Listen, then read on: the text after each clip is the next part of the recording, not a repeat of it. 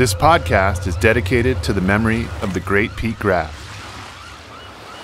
Well, now take down your fishing pole and meet me at the fishing hole. I can't think of a better way to pass the time of day.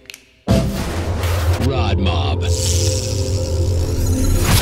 This is The Splash, your Northern California fishing podcast. Hey everybody, welcome back and thanks for tuning in. I'm Scott. And I'm Sarah. And we're coming to you from the RodMob Treehouse here in wet and wild Portola Valley. It's Tuesday, February 19th, 2013, and this is episode 45 of The Splash, your weekly Northern California fishing podcast. Well, it was a nice 3-day weekend, and a lot of the RodMob was out fishing. We'll hit on all the latest reports you've been sending in from all over Northern California. Stripers and sturgeon in the Delta, good trout fishing at San Pablo Reservoir, and a hot coho bite at Lake Oroville. We spent our weekend up at Pyramid Lake for the Crosby Lodge 26th Annual President's Day Fishing Derby. We'll talk about that too, but first let's start off with the news. Here's Sarah with the latest headlines. The National Oceanic and Atmospheric Administration is reporting that the California fishing industry appears to be on the upswing. In an Associated Press story this week, federal regulators said the West Coast ground fish fishery yielded $54 million in 2011, compared with an average of $38 million for 2005 to 2010. Compared with an average of $38 million for the years of 2005 to 2010. The NOAA says tighter regulations are proving beneficial, with rebounds being seen in fishing towns all along the Pacific coast, where fishermen are getting bigger hauls and more profits. A big part of the tighter regulations is the 2-year-old catch shares quote system, which caps the number of fish that can be harvested without harming an area. The cap is divided into quotas for individual fishermen or fishing companies who are allowed to catch their quota any time during the year. Prior to that, commercial fishermen were allowed to fish between certain dates, but there was generally no cap on the amount they could catch.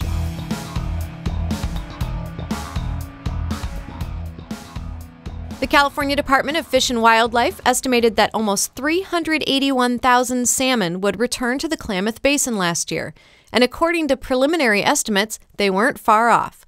Kenny Priest reported last week that a whopping 323,000 fish made their way up the Klamath. This was a record return and included 302,000 adults and 21,000 jacks. Environmental scientist Sarah Barak told Fishing the North Coast that this was the largest return since the Department of Fish and Wildlife began compiling data from the entire basin back in 1977.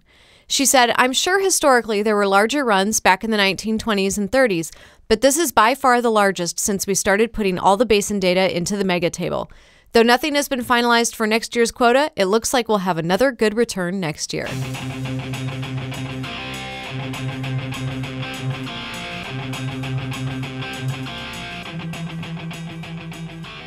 The NOAA has released a new study that bodes well for California's marine protected areas. The study was done on the Tortugas Ecological Reserve in the Florida Keys National Marine Sanctuary, a 151-square-mile reserve established in 2001 to protect overfished species by banning all fishing and consumptive use. The research done on this area is showing that marine reserves and economically viable fishing industries can coexist. Reserves around the world have found that the size, abundance, and diversity of marine life increases inside protected reserves, but this study found that commercial catches in the region have increased, and fishermen, commercial and recreational, haven't experienced any financial losses as a result of the reserve. Here in California, a statewide network of marine protected areas has recently been completed, and some of these are fully protected, like the reserve in the Florida Keys. The findings from this study, showing that protected areas can boost fish populations and benefit local fishing communities, are very encouraging. Scientists, resource managers, and others will be gathering in Monterey later this month to share research and baseline monitoring results on the Central Coast marine protected areas that have been in place for the past 5 years. Hopefully, the early findings here will be similar to what the NOAA is seeing in Florida.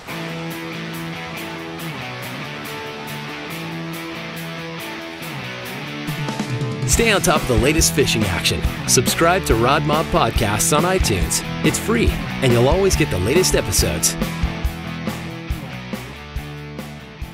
The California Department of Fish and Wildlife has scheduled its annual salmon status update and outlook meeting, where possible seasons for 2013 California ocean and river salmon fisheries will be discussed.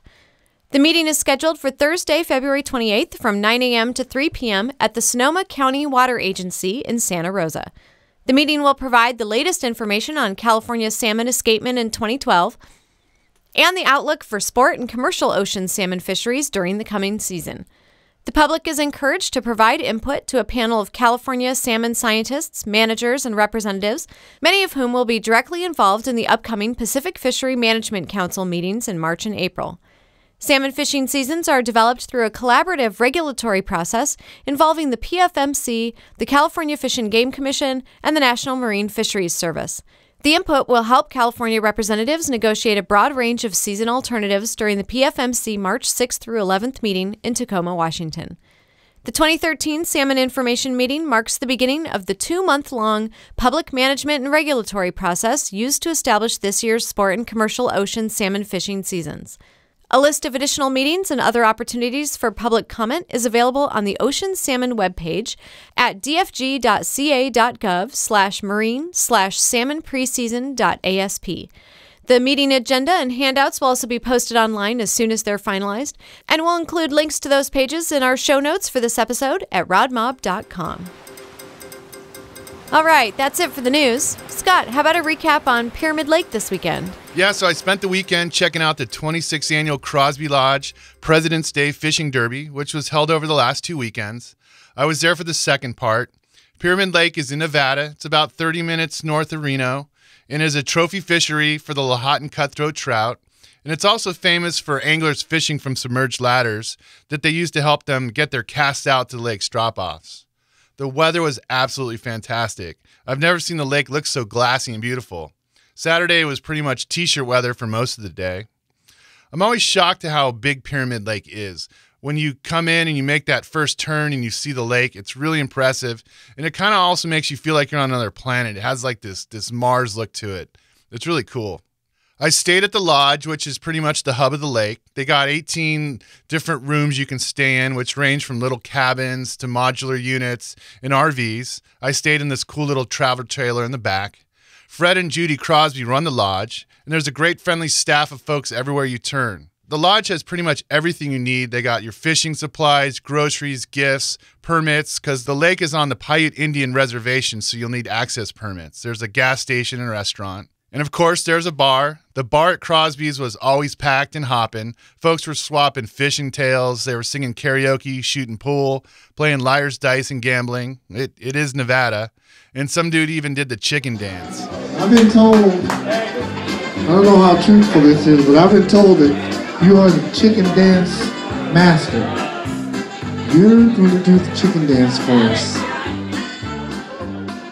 Saturday night, there was a great tri-tip dinner for everyone that entered the Derby. And that was a lot of fun. There was a lot of sunburned, smiling faces, lots of folks checking out the leaderboard. And at that point, the leading fish in the Derby was still the 17.5-pounder that was caught the previous weekend. At Saturday's dinner, we spoke with Roger White from the Lakeside Bar and Grill, who was manning the big smoker at Tri-Tip. Roger White from the Lake Bar and Grill, and I'm good friends with Fred and Judy Crosby. We do a lot of good stuff together, and all the way out here, the fishing has been off the chart this season. Unbelievable. Yeah, and they got that new breed, they're calling it the Silvers. Oh, no, it's good. We've never seen as much action as this year. It's just incredible. Consistent 10-pounders. Before, the 10-pounder club was hard to get into, but now it's been 12, 13, 17.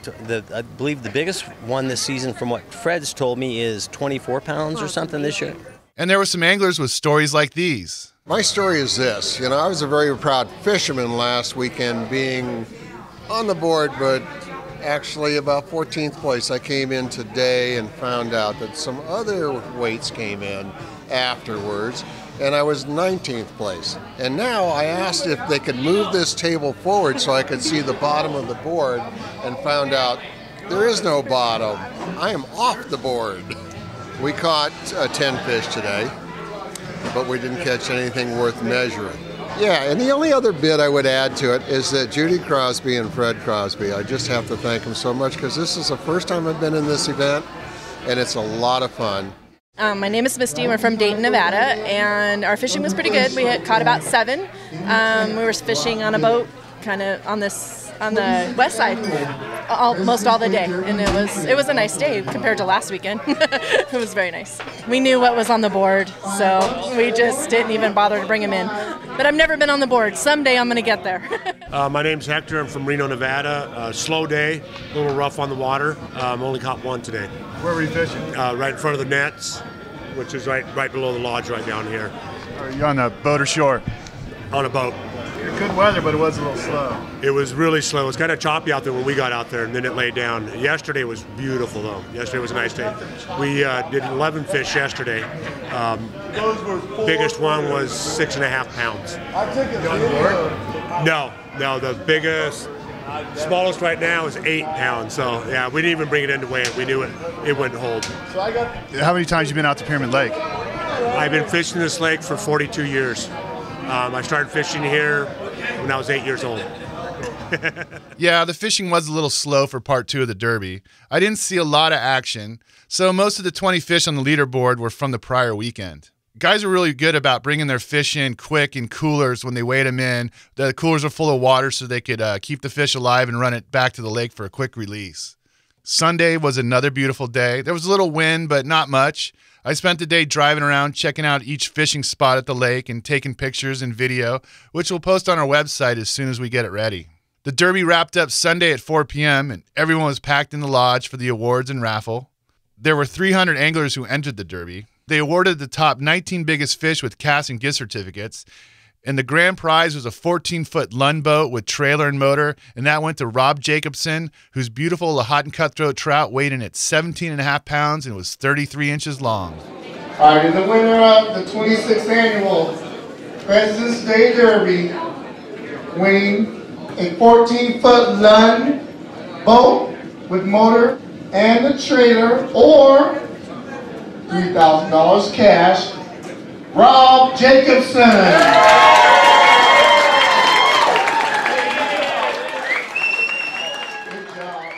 At Sunday's awards ceremony, we caught up with longtime pyramid angler Jim that we recognized from the Rio Vista Bass Derby that we were at last October, where he took 3rd prize in the salmon category.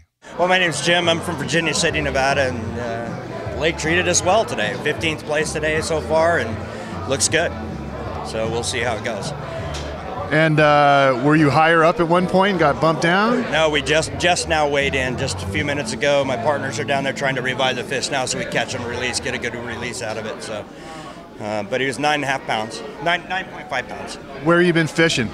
All over the lake, really. We started out right here in front of the nets, worked our way across over to Anaho, fished all the way north, all the way to the Pinnacles, coming back across Warrior, and this one was caught right at Pelican, right in front of the boat ramp. How many times have you been out fishing at Pyramid? About 20 years, maybe even longer, 25 years, so I don't know. I have no clue. A lot. And here's the grand prize winner, Rob Jacobson. We're here with the 2013 Crosby Lodge Derby winner. Who are you and where are you from? Rob Jacobson, Fernley, Nevada. And you won 1st place. Did you go with the boat or the cash? Took the boat. Nice choice. Where were you fishing? Popcorn. Boat or shore? Shore. Congratulations. Thank you. Yeah, the Derby was a total blast to be part of. The folks at Crosby put on a great event, and I know I sound like a broken record, but you guys really got to check out Pyramid Lake. It's a unique fishery and just an all-around cool place.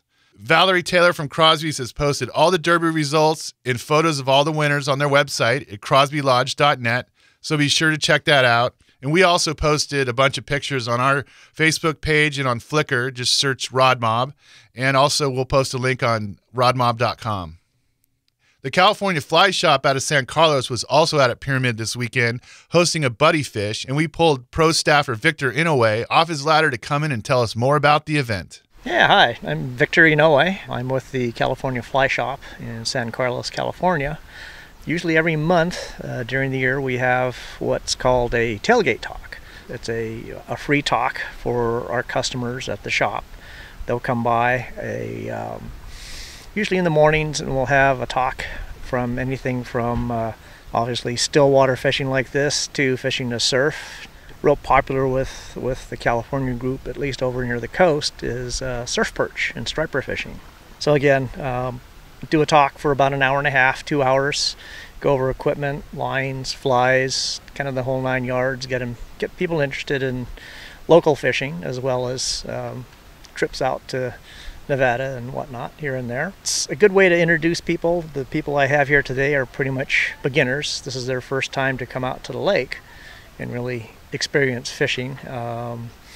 Mahatans are kind of a fun fish to catch, and we've usually been pretty successful. A little slow today, but we'll see how it goes. They got good weather today. Excellent weather. It could be a little bit rougher, bring the fish in a little closer, and it's usually what we've seen in the past. If the rougher it gets, the better the fishing gets. So, but this is always fun. Other than that, the buddy fish part of it is I usually give the talk on a Saturday. If possible, we'll take people out on Sunday.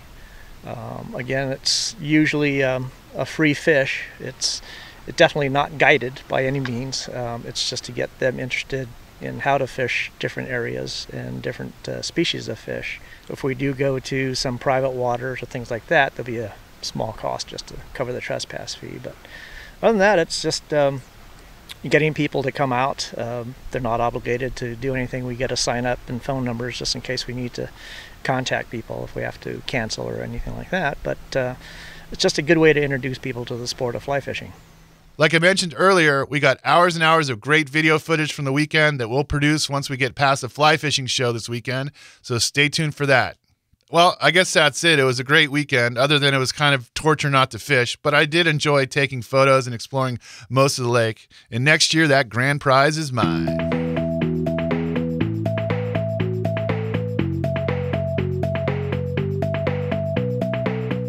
All right, well, that's it for the headlines. Now for some tight lines. Here are the latest reports on the best Northern California fishing.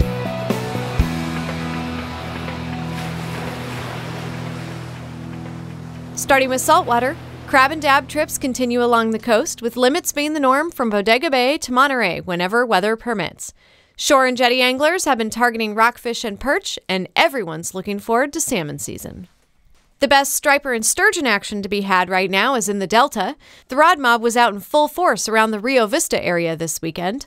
RodMobber Charles Johnson targeted stripers in Rio Vista with his brother-in-law and sent us a picture of a nice 21-incher. Charles says they got 2 keepers, lots of shakers, and starry flounder, all on cut bait. Darren Jimenez Sr. also hit Rio Vista and reported cut bait worked best for him too. John and Jonathan Politis told us they fought the wind in the Rio Vista area this weekend and managed to catch and release 2 strikers and 1 shaker dino. They posted a picture on the RodMob Facebook page of 1 striper, a nice 5-pounder, that Jonathan caught on cut bait. We also got a great picture from Susan B. Cool, who caught a 28.5-inch striper Saturday. And we had a report from Clyde Wands on the RodMob hotline on Monday. Here's what Clyde had to say. Just coming off the river about 2:30. Fished below Decker Island, and we ended up with some pretty nice fish today. Turned a couple back, and then we only kept 3, and they were about 9.5 pounds, probably real close to 10. Another one 8, and then a smaller one. But it wasn't a bad day. Water was in good shape. Water temperature was about 50.8 all day long. It just seemed to be in that area. And everything below Decker, everything shallow. Angry Eye and Missouri.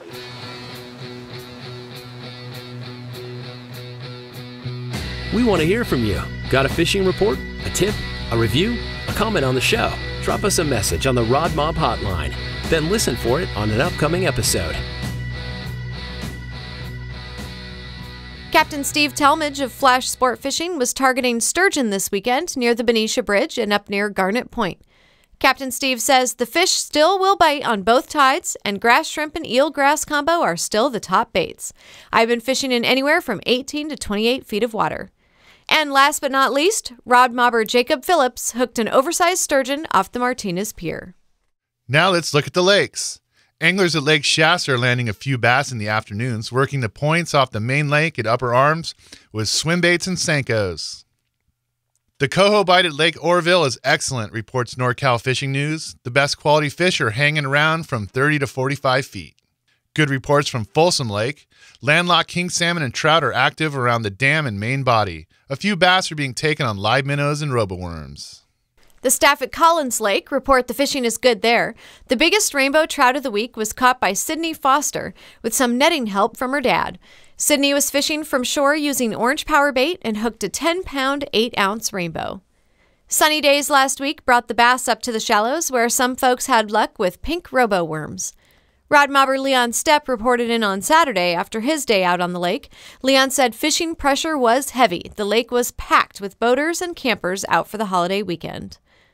Collins Lake is having its own spring fishing contest as an added incentive.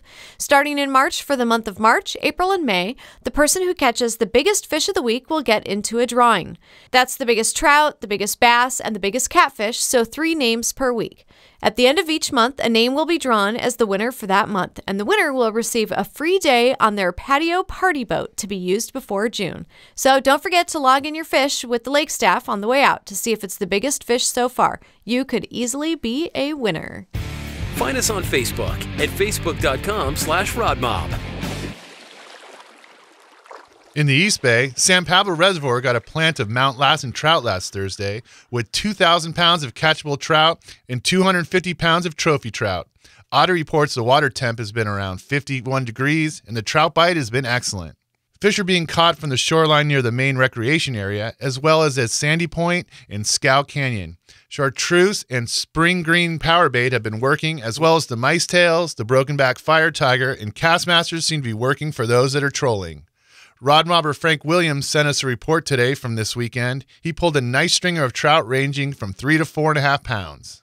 And I saw a lot of folks are reporting they're getting limits at San Pablo on the forums. Lafayette Reservoir got another trout plant this week, and the best action has been in the south end of the lake. RodMobber John Migliori tipped us off that Lafayette Reservoir was getting a few 100 pounds of lightning trout before the end of the month. Shore anglers at Lake Devalia are catching trout with mice tails and scented power bait, rapalas, spinner baits, and rooster tails. The water's still a bit stained, but it's been freshly stocked. A Chinook salmon was caught in Heron Bay by a troller using a rapala. Shadow Cliffs got a trout plant last week, and trout fishing has been good. And someone targeting trout last week caught a 16-pound, 14-ounce bass using power bait. NorCal Fishing News reports it's the largest bass landed in Northern California this year. RodMobber Randall Rivera from San Jose hit up Almaden Reservoir on Saturday and caught 3 nice-sized bass. And Lake Pardee opened on Friday with good trout fishing. The season got kicked off with a total of 6,000 pounds of trout planted last week. RodMobber Tommy hit Lake Comanche on Saturday and left this report on the RodMob hotline. Hey, Mobsters, how you doing? This is Tommy giving you a report from the Mother Lode. Lake Comanche was in the radar today. It was a good day weather-wise, sunny. Got overcast later in the afternoon. Unfortunately, we threw everything we could at them. Power bait, trolling, eggs, worms, everything we could, but we got skunked. This was a good day on the water. Got out and got to try some fishing. No luck, but we'll try to get it next time.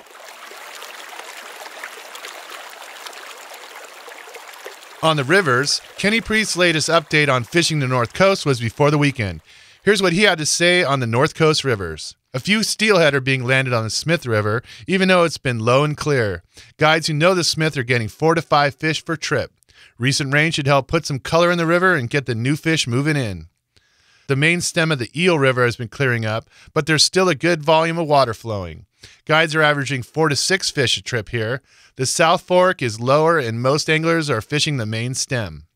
Fishing is still solid on the Van Duzen, and the Mad River's been a little hit or miss, but expected to improve with the recent rain. The Upper Trinity around the Douglas City area is still going strong with some nice fresh wild fish. The trout fishing on the lower Sacramento River near Redding has been great. The caddis hatch started on Monday, and the fly shop in Redding reports big 18 to 22-inch rainbows rule the day between Posse Grounds and Bonneview. From Anderson River Park down, expect smaller 14 to 15-inch rainbows, a few 18-inchers, and more hookups. In the Sacramento area, some stripers are starting to make their way up the Sacramento River. USAFishing.com reports there was some good action at the port of Sacramento over the weekend, but the key is finding the bait.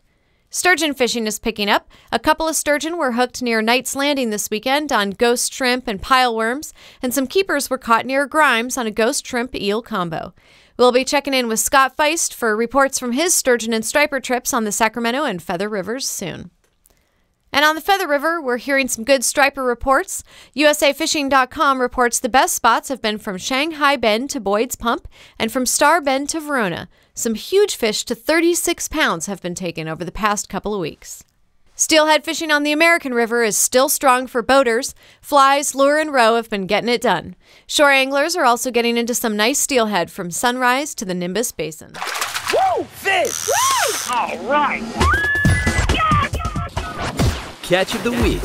This week, our podcast album artwork is courtesy of Randall Rivera.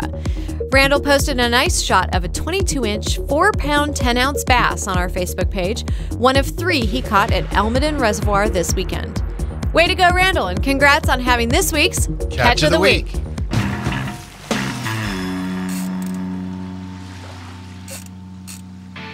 Do you have a great catch to share? Just post it to our Facebook page or email us at fishon@rodmob.com. I got to jump in here and give a shout out to the RodMob community. You guys helped me out a lot. I had posted on our Facebook page I was looking for a new catch and release net, and I got a ton of quick and great responses. I went with the Egos S2 Slider Reach medium net with the clear rubber mesh. This thing is totally awesome. It's got this cool push button extension, interchangeable head for things like boat hooks. It floats. It's really well built. The thing is totally cool. You push the button and the thing like doubles in size instantly. My only complaint is the net ring's a little too small, so I'm going to have to buy a separate one for stripers. But it's a good thing that the head is interchangeable, so I can get another net head when I hit the Delta and Bay. And thanks again for everybody who chimed in with your advice. You guys are awesome.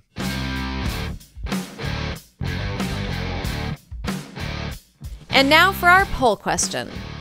Last week we asked, what type of line do you think is better for lighter spinning setups? 85% of you said monofilament line, 7% of you said braided, and the other 8% voted other. One person even wrote in their recommendation, which was McCoy Mean Green copolymer line. Well, now I know I should go with the 85% and pull that stupid braided line off my little spinning rods. Gave you a lot of trouble last weekend. Yeah. Well, now for this week's poll question. At the last International Sportsman's Expo, I attended a seminar by guide J.D. Ritchie, and he made a great case for removing barbs from his lures, both for safety and quicker releases. On my last fishing trip, I had spent probably an extra 15 minutes removing my Fire Tiger's lure treble hooks from everything it touched. It got snagged in my tackle bag, it got snagged in my beanie, in my jacket that were laying in the boat.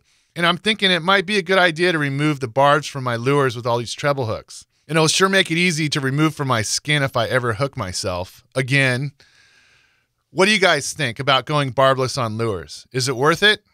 Head on over to rodmob.com to cast your vote. Upcoming events you won't want to miss. Here's the RodMob calendar. On February 21st, Herb Bauer Sporting Goods in Fresno is hosting a Shaver Lake fishing seminar with guides Jack Yandel and Dick Nichols. The 31st Annual Chopper Steelhead Derby will run February 21st through the 23rd on the Smith River, and the Hank Raider Derby will be held March 8th through the 10th. For more information and entry forms, visit rowdycreek.com/derby or call 707-954-2260. We're getting ready for the Fly Fishing Show at the Pleasanton Fairgrounds this weekend.